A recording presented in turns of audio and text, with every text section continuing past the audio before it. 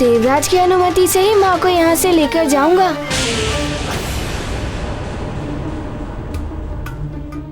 मुझे तुमसे सहानुभूति है बालक, किंतु इस बात का ज्ञात है कि देवराज अंजना को यहाँ से जाने की अनुमति कभी नहीं देंगे, क्योंकि मैं तुम्हें इंद्रदेव तक पहुंचने ही नहीं दूंगी और तुम्हें 5 दिनों तक उलझाए रखने के लिए एक सेवक ही पर्याप्त है।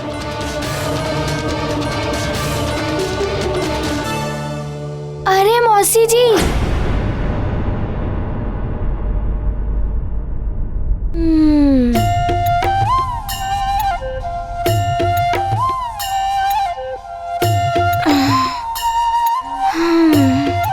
ये अतिथि गृह तो बड़ा ही सुंदर है, किंतु माँ के बिना ये गृह की सुंदरता व्यर्थ ही है।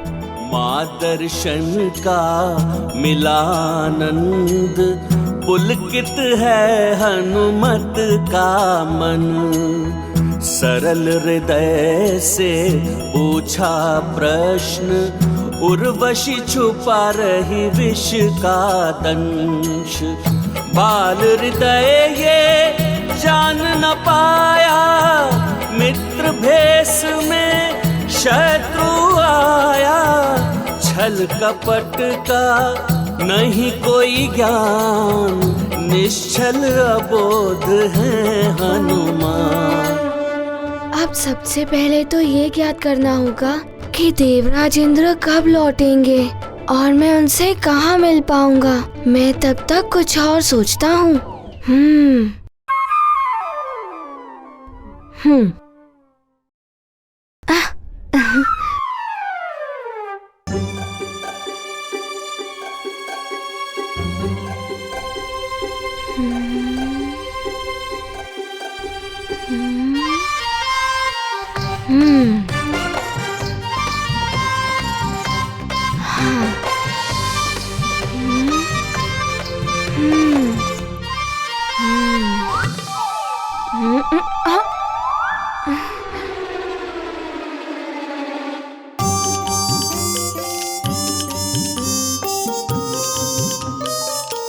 आप कौन है?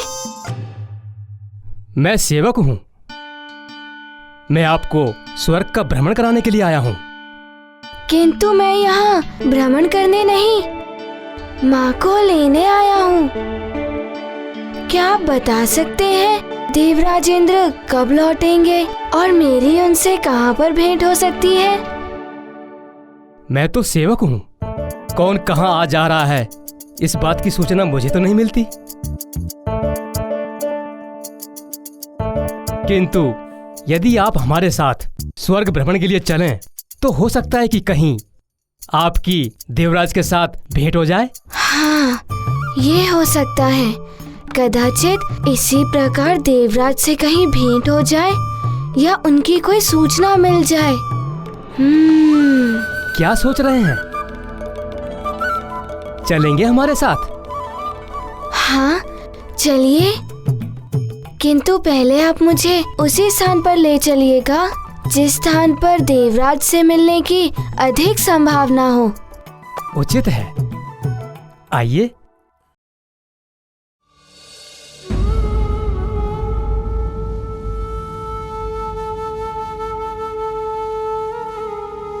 ये कैसी विडंबना है। मेरा पुत्र यहाँ स्वर्ग में होते हुए मेरे पास नहीं रह सकता। पुंजिक स्थला, तुम माँ होकर भी अपने पुत्र के जीवन को संकट में क्यों डालना चाहती हो? ये तुम क्या कह रही हो? कैसा संकट? स्वर्ग के नियम कितने कठोर हैं, ये तो तुम्हें ज्ञात है ही। और उर्वशी के हठ को भी तुम जानती हो। देवराज को भी उसकी बातें माननी पड़ती हैं। यदि ऐसे में हनुमान यहाँ से 5 दिन में नहीं गया तो क्या होगा? तो मैं क्या करूं? मुझे तो कुछ समझ में नहीं आ रहा। तुम्हारी पुरानी सखी हूं, इसलिए तुम्हें सतर्क करना मेरा कर्तव्य था।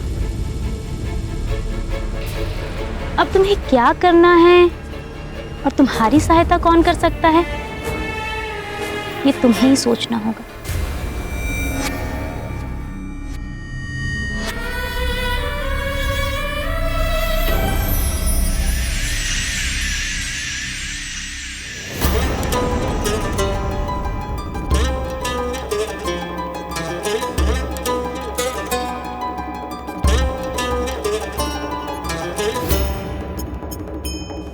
हनुमान मुझे साथ लेकर जाने की अपनी हट नहीं छोड़ेगा। कहीं ऐसे में पुनः इंद्रदेव से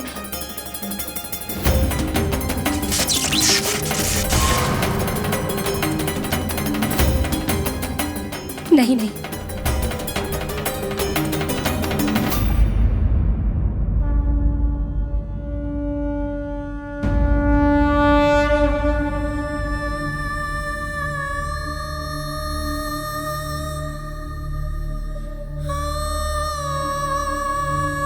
हे महादेव, इस अभागिन मां पर दया कीजिए। मेरे पुत्र पर कोई संकट न आने पाए। अब आप ही कोई उचित समाधान बताइए प्रभु।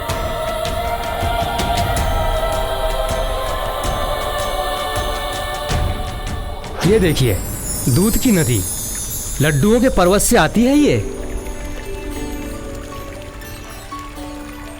अरे वाह, दूध की नदी।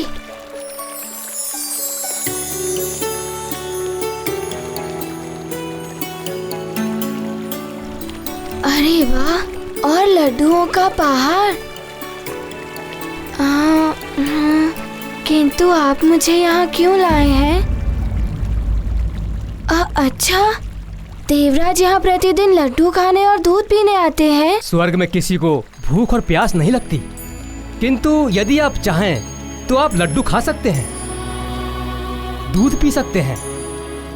लड्डू तो मुझे अच्छे लगते ही हैं, किंतु माँ के हाथ के बने हुए। वैसे भूख तो मुझे बहुत तीव्रता से लगी है।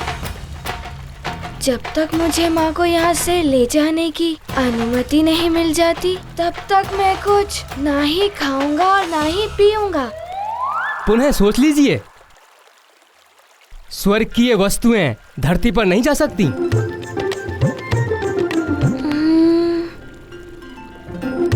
अच्छा चलिए, मैं आपको और वस्तुएं दिखाता हूँ।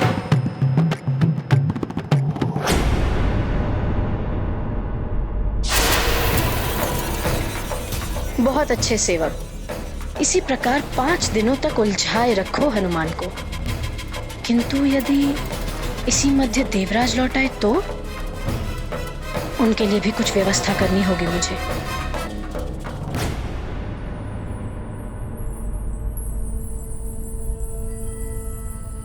प्रणाम युवराज जयंत।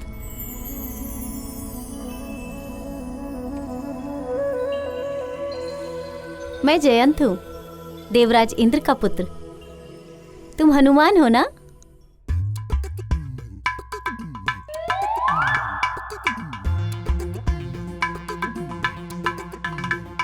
अरे वाह हनुमान, तुम्हारी पूंछ तो बहुत ही सुंदर है। जयंत भैया, ये मेरी सखा है।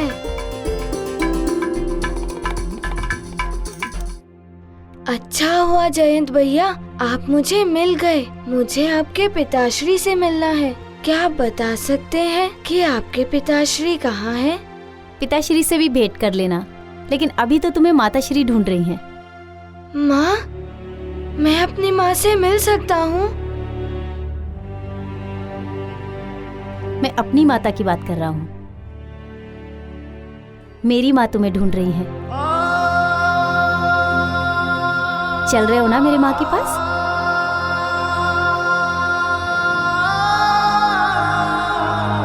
चलो।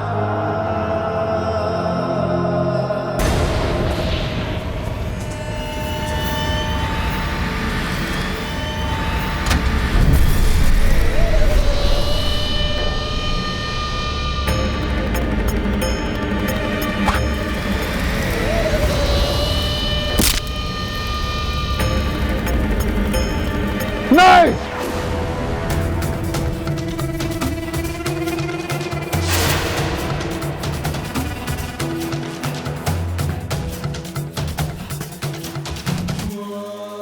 मेरी मृत्यु का बाण। प्रणाम रानी माँ। आयुष्मान भव। आओ पुत्र हनुमान, देखो हमने तुम्हारे लिए विशेष प्रकार के व्यंजन बनवाए हैं।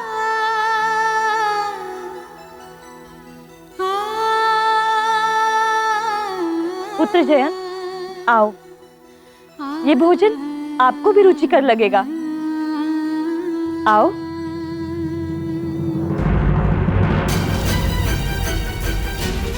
ये क्या है माँ?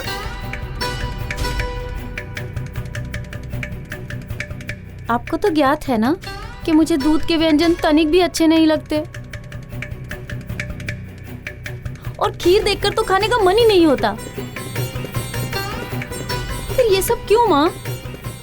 ऐसा नहीं कहते पुत्र, खाकर तो देखो, तुम्हें अच्छा लगेगा। और ये सारा भोजन मैंने स्वयं अपने हाथों से बनाया है। तो पूछ लिया होता एक बार कि मैं क्या खाऊंगा।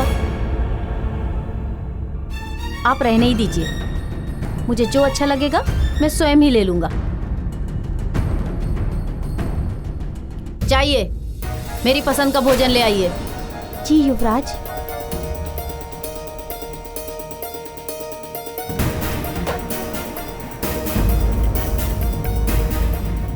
पुत्र हनुमान, तुम तो मेरे हाथों से बना हुआ भोजन ग्रहण कर लोगे ना? महारानी माँ, माँ के हाथों में अमृत होता है। माँ के हाथों का बनाया हुआ भोजन सारे संसार में रुचिकर होता है। मैं आपके भोजन का अनादर नहीं कर सकता।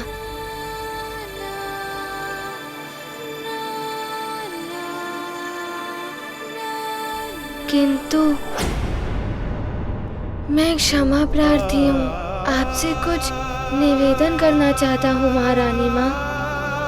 परंतु क्या तुम भी? नहीं, मुझे क्षमा कर दीजिए, मैं भोजन ग्रहण नहीं कर सकता।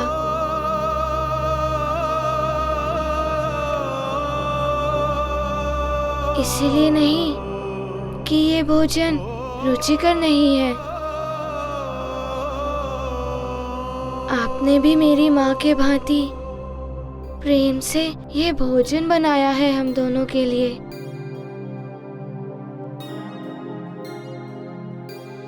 किंतु जब तक मेरी माँ मुक्त नहीं हो जाती, तब तक आप ही सोचिए, मैं उनका पुत्र भोजन कैसे ग्रहण कर सकता हूँ।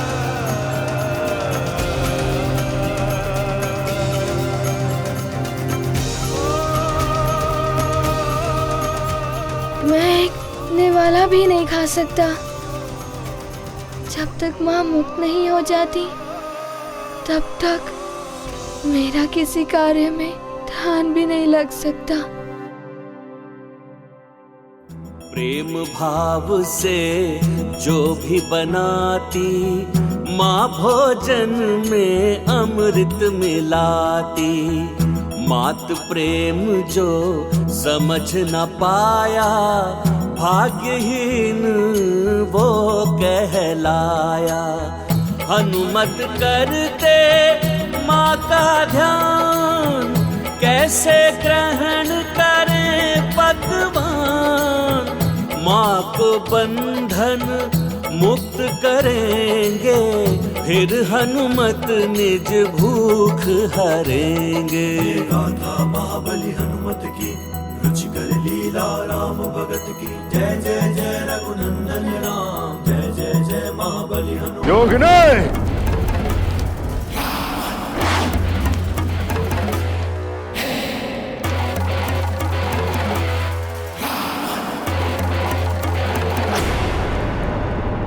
योगिनी, मैंने फिर से वही स्वप्न देखा, वही पूछ, जलती हुई लंका। क्या है स्वप्न का अर्थ योगिनी?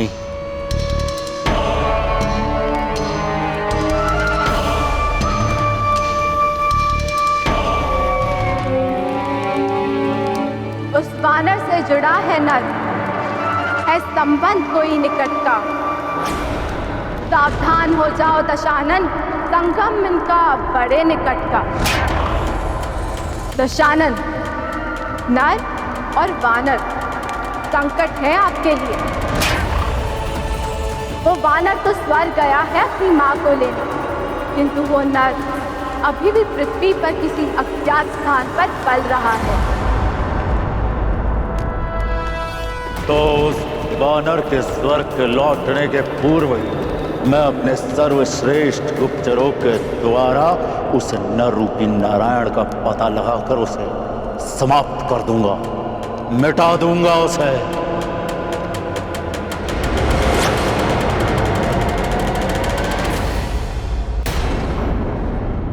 मातृ प्रेम की ऐसी भावना स्वर्ग में तो ऐसी भावना दिखाई ही नहीं देती।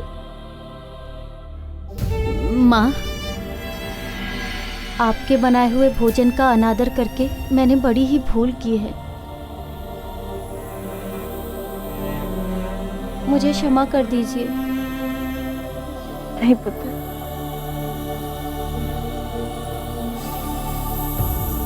हनुमान, तुमने मेरे नेत्र खोल दिए हैं, माँ की ममता से अवगत करा दिया है। मैं सदैव तुम्हारा आभारी रहूंगा।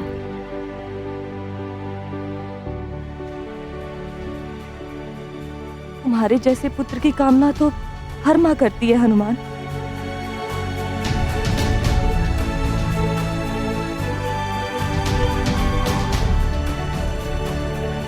महारानी माँ, मुझे देवराज जी की प्रतीक्षा है। वे कब लौटेंगे? हाँ हनुमान, देवराज जैसे ही आएंगे मैं स्वयं उनसे तुम्हारी भेंट करवाऊंगी और तुम्हारा पक्ष भी रखूंगी। हनुमान, संसार में हनुमान जैसा पुत्र जिस माँ का हो, उस माँ को कोई कैसे उसके पुत्र से दूर कर सकता है। मुझे विश्वास है विजय तुम्हारे उस विश्वास की होगी जिसके भरोसे तुम यहाँ स्वर्ग लोक तक अपनी माँ को लेने के लिए आ गए। क्या किसी को ज्ञात है देवराज कब लौटेंगे?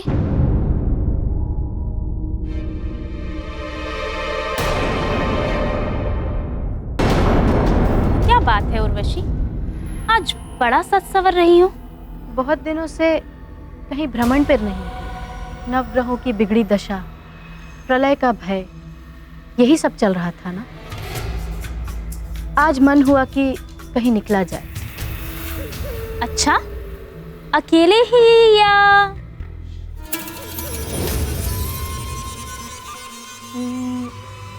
मन तो है कि इंद्रदेव को साथ ले जाए, किंतु वो है कहाँ? स्वर्ग में तो है नहीं। किंतु आएंगे तो यहीं ना, इसीलिए मैं पहले से ही सज्जित होकर बैठी।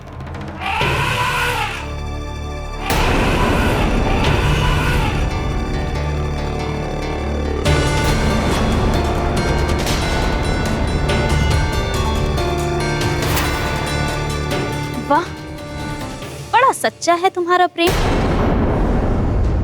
उन्हें स्मरण किया और वो आ गया।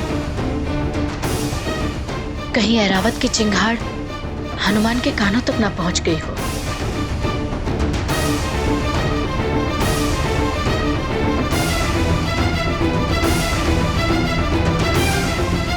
मैं जानती हूँ तुम्हारा ये प्रेम इस समय मात्र हनुमान को देवराज से दूर रखने के लिए। ये तो उसी श्वेत गजराज की ध्वनि है। हाँ हनुमान, लगता है देवराज आ गए हैं। अब आज पहले दिन ही तुम्हारी उनसे भेंट हो जाएगी।